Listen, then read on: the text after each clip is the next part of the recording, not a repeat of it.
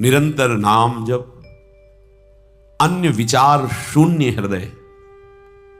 ये बहुत बार आपसे कहा है। उपासक यदि जल्दी लाभ लेना चाहता है तो दूसरों की बातों को सुनना बंद करें। हम जो सुनते हैं, जो देखते हैं, जो बोलते हैं, तीन का साधना में बहुत बड़ा प्रभाव पड़ता है। ध्यान दीजिए, आप जो बोलते हैं, आप जो देखते हैं, आप जो सुनते हैं, वही आपका प्रधान चिंतन बनता है, और चिंतन जो करते हैं वैसी आपकी स्थिति होती है। इसलिए रसना कटो जो अनरटो, निरखि अनफुटो नयन, और श्रवण फुटो जो अनसुनो। श्री राधा तीन के लिए का, तीन का बड़ा प्रभाव होता है, और हम इन तीन पर ध्यान नहीं देते।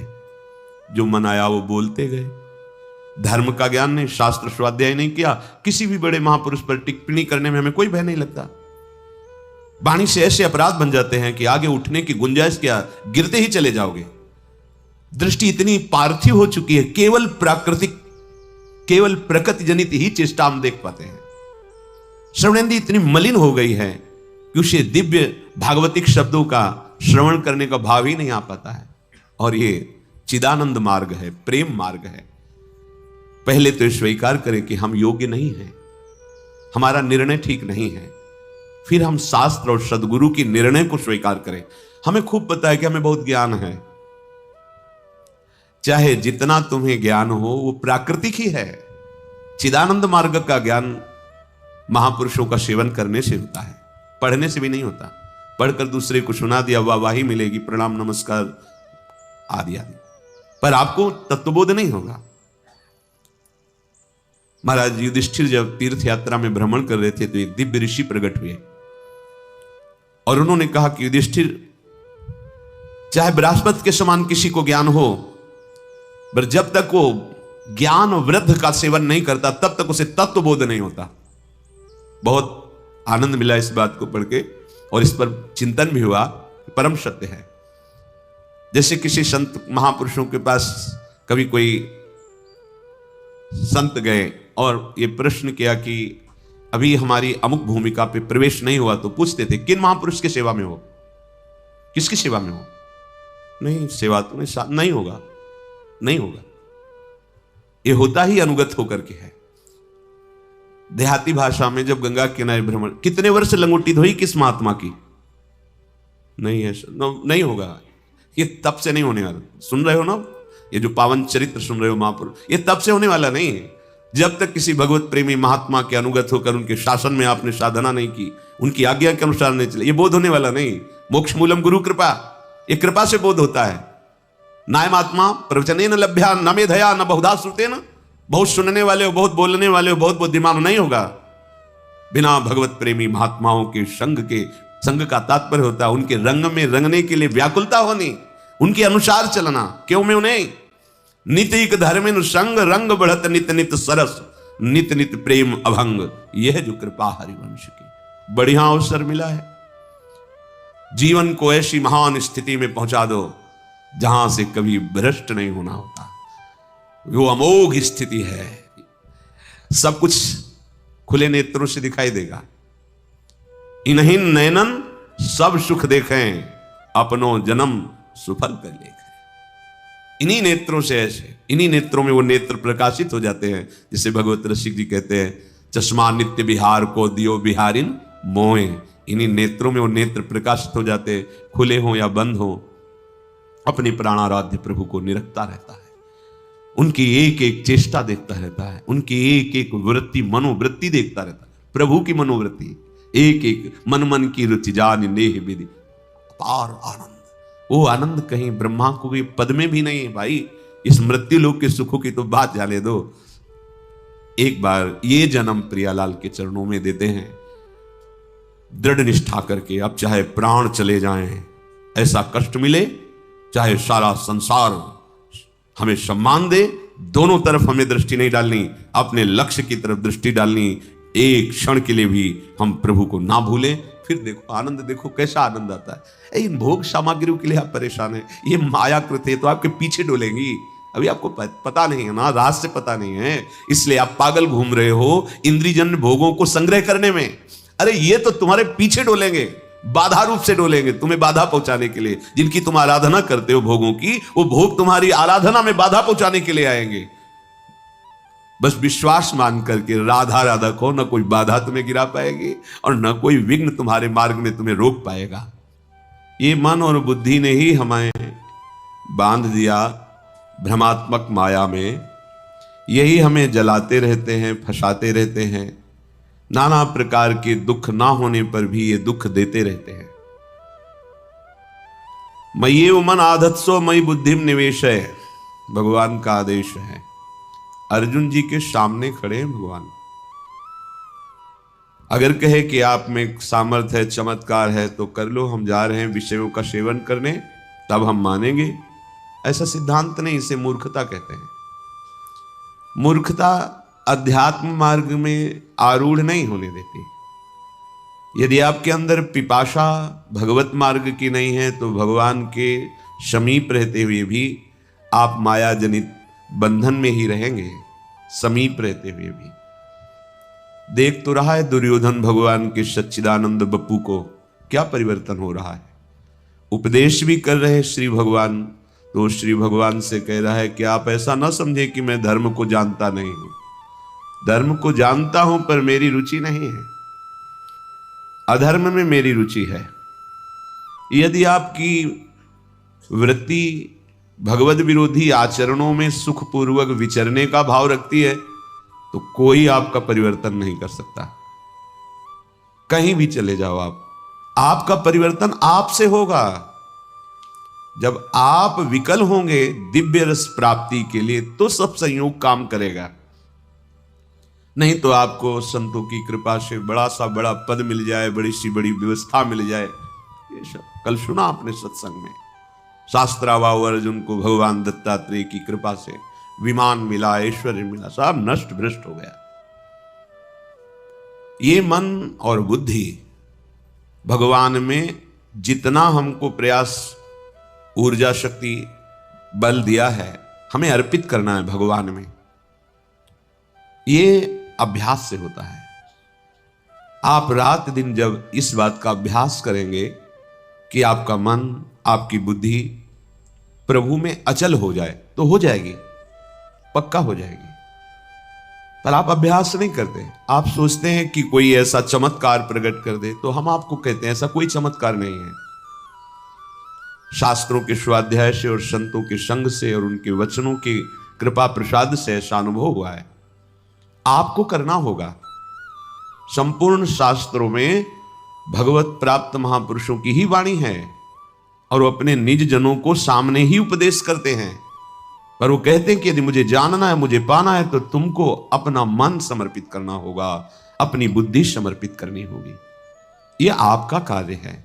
आप अपने मन और बुद्धि को विषयों में लगाएं, मनमानी आचरणों में लगाएं, कुतर्क विचारों में लगाएं, फिर भगवदानंद नहीं। ये तो अत्यंत श्रद्धा और विश्वास से है। वचनों पर श्रद्धा विश्वास करके जब आगे बढ़ा जाता है, तो भगवत कृपा से हृदय में प्रकाश होता है। जैसे अभी आंख मूंदो तो अंधकार नजर आएगा, फिर आंख खोलो या मूंदो एक ही बात नजर आती है। वो नजरों में बैठ जाते हैं। वो कोई प्रवचन की वस्तु नहीं है, वो कोई पार्थिव वस्तु नहीं कि उसे प्रमाणित करके दिखाया जाए। तो अनुभव गम में भजहि जय संता, जो आपको नाम मिला है, मंत्र मिला है, इस पावन भूमि में बैठने का सौभाग्य मिला है। यहां की बड़ी सी बड़ी पदवी मायाकृत है, आज है कल नहीं रहेगी। पदवी और पदवी वाला दोनों नहीं रहेंगे। स्थायी, अविनाशी, नित्य सच्चिदानंद बात, प्रभु का नाम जितना आपने कमा लिया, वो लोक लोकांतर में आपको महासुख प्रदान करेगा। यह विश्वास का विषय है। इसको बाहरी किसी कागज में लिख करके प्रमाणित नहीं किया जा सकता। यह हृदय का विषय है। जब आप गुरु प्रदत्त नाम निरंतर जपते हैं, तो गुरु कृपा से निरंतर जपने की प्रियता प्राप्त होती है। अव्यावृत भजनात्, भजन करते करते ऐसी स्थिति आ जाती है जो अनिर्वचनीय है। एक दो बार प्रश्न हुआ कि भगवत प्राप्ति के बाद कैसा लगता है, मोक्ष होने के बाद कैसा लगता है। तो ये तो बहुत बड़ी बात है। बहुत सुंदर गुलाब जामुन आपको पवावे, कैसा लगा आपको? मीठा नहीं, वैसे कैसा लगा? बहुत अच्छा नहीं, कैसा? बहुत अच्छा कैसा लगा? अब बोलो, आप कहोगे खा के देख लो, बस यही उत्तर होगा। तो ये तो पार्थिव वस्तु के अनुभव की बात है। वो तो सच्चिदानंद जो प्रकृति का एक सेकेंड में संपूर्ण प्रकृति का सृजन करके अपने आप से अपने आप में बैठा खेल रहा है, उसका अनुभव, और फिर वो बतावे कि ऐसा लगता है। नहीं, ये वाणी के अगोचर विषय है। मूकास्वादनवत अनुभव गम में भजे जे क्षमता, ये तो अनुभव का स्वरूप है। तिल भर पृथक न रहा, बढ़ चला परम नवीन अतुल रस रंग। कभी बढ़ी व्याकुलता होती, फिर जब होता अमिलन भान। तुरत प्रकट हो कर स्मृति में, तुम करते सुखद स्पर्श का दान। तब से कभी वियोग, कभी मिलन होता, फिर कभी मिलन संभोग। रहती प्रिय अनुभूति बाह्य, अंतर रहता नित रस संयोग। ये स्थिति जागृत होती है। निरंतर नाम मंत्र की स्मृति में डूबा उपासक तिल भर पृथक न रहा। तिल भर भी अब अंतर नहीं रह गया। किसी ने प्रश्न किया, क्या जीव कभी भगवान हो सकता है क्या? अभी आप जानते नहीं हैं, जीव कभी हुआ ही नहीं, आपको समझ में ही नहीं। यही तो भ्रम है, जीव कभी हुआ ही नहीं। जीव किसे कहते हैं? जिसने शरीर को मैं मान लिया उसे जीव कहते हैं, और जिसने शरीर राग का त्याग कर दिया उसे शिव कहते हैं। शिवोहम सोहम स्मृति वृत्ति अखंडा।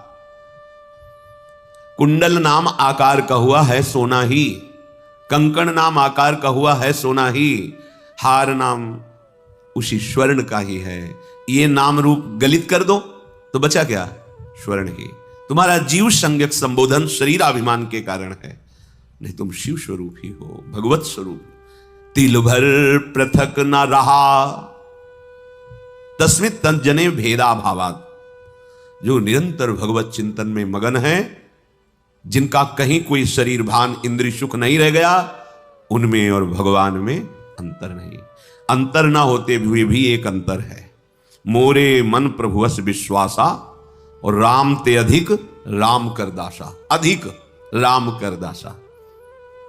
भगवान के रहते हुए भी हमारी माया की वृत्तियां नष्ट नहीं हुई, वो हृदय में अभी बैठे हैं। और भगवान के प्रेमी महाभागवत का आश्रय लेकर उनके वचनों के अनुसार चलो तो बैठे नहीं रह सकते, यहां छुप कर नहीं बैठे रह सकते, वो प्रकाशित हो जाएंगे। बढ़ चला परम नवीन अतुल रस रंग, जिसकी त्रिभुवन में किसी से भी तुलना नहीं दी जा सकती। कैसा स्वाद है भगवदानंद? बोले अमुक जैसा, उदाहरण ही नहीं है, वो अद्वितीय है। तिल भर पृथक न रहा, बढ़ चला परम नवीन अतुल रस रंग। किससे उदाहरण दे? भगवदानंद कैसा? बोले ऐसा नहीं है ही नहीं, वो केवल अद्वितीय है, और वो केवल अनुभव में। जाने मोरी छाती, वाणी भी नहीं। ध्रुवदास जी कहते हैं, जिन नेत्रों ने देखा उनको बोलने की सामर्थ्य नहीं, जो वाणी बोल रही उसने देखा नहीं, कैसे बात को बतावें? कभी बड़ी व्याकुलता होती है। कब? जब एकदम भाव आया, अरे प्रभु हमसे दूर हैं, अभी अभी उन्हीं में डूबे हुए हैं। क्षण में भाव आया, मैंने तो कभी उनको एक बार भर नेत्र भी नहीं देखा। दहाड़ मार के रोना शुरू हो गया। फिर तुरंत क्षण में भाव बदला, सामने मुस्कुराते युगल सरकार, परमानंद में निमग्न कृतकृत्यता का अनुभव। कभी बड़ी व्याकुलता होती, फिर जब होता अमिलन भान। तुरंत प्रकट होकर स्मृति में, तुम करते सुखद स्पर्श का दान। तब से कभी मिलन, कभी वियोग, फिर कभी मिलन संभोग। रहती प्रिय अनुभूति बाह्य अंतर, रहता नित रस संजोग। ये स्थिति कभी स्मृति में छाए हुए हैं, अंदर ही अंदर बात हो रही है, आलिंगन हो रहा है, रस में डूबा हुआ। ये मम भक्ति युक्तो भुवनम पुनात सतरत सतरत सा लोकांतारयति। ये सांसारिक बुद्धि कल्पना भी नहीं कर सकती उस रस की। ये बस एक त्रिगुण की धरा में ही सारी बातें होती हैं। ये त्रिगुणातीत रस है, ये द्वंद्वातीत है, कालातीत है। ये चलता रहता है, कभी मिलन का अनुभव, कभी वियोग का अनुभव, कभी फिर मिलन, कभी फिर वियोग। नवम नवम रस तन मन के बिछुरे नहीं, चाह बढ़े दिन रैन कबहु संजोग न मानहि। जब कभी महापुरुषों से बात हुई तो हृदय से उनके कि आज तक भजन नहीं हो पाया, रात दिन लगे हैं, लेकिन कैसी भजन की भूख है, भजन नहीं, पूरा जीवन व्यर्थ जा रहा है, भजन नहीं, रात दिन भजन में डूबे, कोई एक शब्द भी बाहरी नहीं भजन। कैसा भूख है, प्रभु की कैसी प्यास है। तब से कभी वियोग, कभी मिलन, फिर कभी मिलन, कभी संभोग। ये प्रिय अनुभूति निरंतर नवम नवम नवम नवम। उसको फुर्सत कहां है, अपनी शुद्ध की फुर्सत कहां है? क्यों? मिले नेत्र नेत्रों में जाकर, श्रवण मिले श्रवणों में सत्य, मिली अन्य सारी इंद्री, प्रिय के इंद्री समूह में नित्य। हृदय हृदय में मिला समाये प्राण सदा, प्रीतम के प्राण एक रूप हो गए, रहा रंचकु भी नहीं भिन्नता भान। किसको कौन समर्पित, किसमें कौन हुआ कब कैसे लीन, प्रीतम है या प्यारी कौन बताए सुधि बुद्धिहीन। ये अद्भुत चरम अवस्था की स्थिति है। नेत्र तो प्यारे के नेत्रों में समा गए, नेत्र प्यारे के नेत्रों में समा गए या प्यारे नेत्रों में समा गए, कौन निर्णय करे? नेत्र प्यारे के नेत्रों में लीन हो गए या प्यारे हमारे नेत्रों में समा गए, इसका निर्णय नहीं हो सकता। किसको कौन समर्पित, किसमें कौन हुआ कब कैसे लीन, निर्णय नहीं है। प्राण भय कान में, कान भय प्राण में, ही में न जान परे कान है कि प्राण है। नेत्रेंद्री प्रीतम के नेत्रों में समा गई, प्रीतम मेरे नेत्रों में समा गए, क्या निर्णय करे? श्रवणेंद्री उनकी सत्य शब्द बोला, सत्य, ये श्रवणेंद्री श्रवणों में समा गई। अब केवल प्रीतम के हृदय की बात सुनाई देती है और कोई बात। सारी इंद्रियां अपने प्रीतम में लीन हो गई, प्रत्येक इंद्रिय प्रीतम के सानिध्य का अनुभव कर रही। हृदय हृदय में मिल गया, प्राण प्राण में समा गए, प्राण प्रिया प्रीतम हो गए। शपथ पूर्वक कहते, मेरे प्राणनाथ श्री श्यामा शपथ करो तुमसे। अब न इंद्री बची है, न मन बचा है, न बुद्धि, न चित्त, न अहंकार, एक रूप हो गए, रहा रंचक भी नहीं भिन्नता भान। अब किसको कौन समर्पित? यह है महान प्रेम समाधि। अब किसको कौन समर्पित, किसमें कौन हुआ कब लीन, इधर से या उधर से? अब इधर उधर दोनों की बात नहीं रह गई। अब एक हो गए, एक रूप हो गए, रहा रंचक भी नहीं भिन्नता भान। कैसे कोई वाणी से वर्णन करे कि भगवदानंद क्या है? ऐसे सुख में मोक्ष सुख भी हल्का हो जाता है, नगण्य हो जाता है। इसलिए ये जीवन इसी महासुख के लिए मिला है। केवल बुद्धि से शरीर व्यवहार का निश्चय, बुद्धि से इंद्रियजन्य भोगों के सुख का निश्चय, अंतःकरण से मैं की सत्ता बनाए रख करके विचरण करना, यही संसारिकता है। आप सब संसारिकता में नहीं, आप सब अध्यात्म में हैं। उठने की कोशिश करो। जहां हो ये भूमिका स्थायी नहीं है। एक ऐसी स्थिति है जहां न हर्ष है, न शोक है, न दुख है, न सुख है, न मिलन है, न अमिलन है। न मिलन है, न अमिलन है। एक रूप हो गए, रहा रंचक भी नहीं भिन्नता भान। फिर भी चाह बढ़े दिन रैन। कैसे कोई समझ सकता है? ऐसा ही कथा वीडियो देखने के लिए मेरे चैनल को सब्सक्राइब करें। राधा वल्लभ श्री हरि।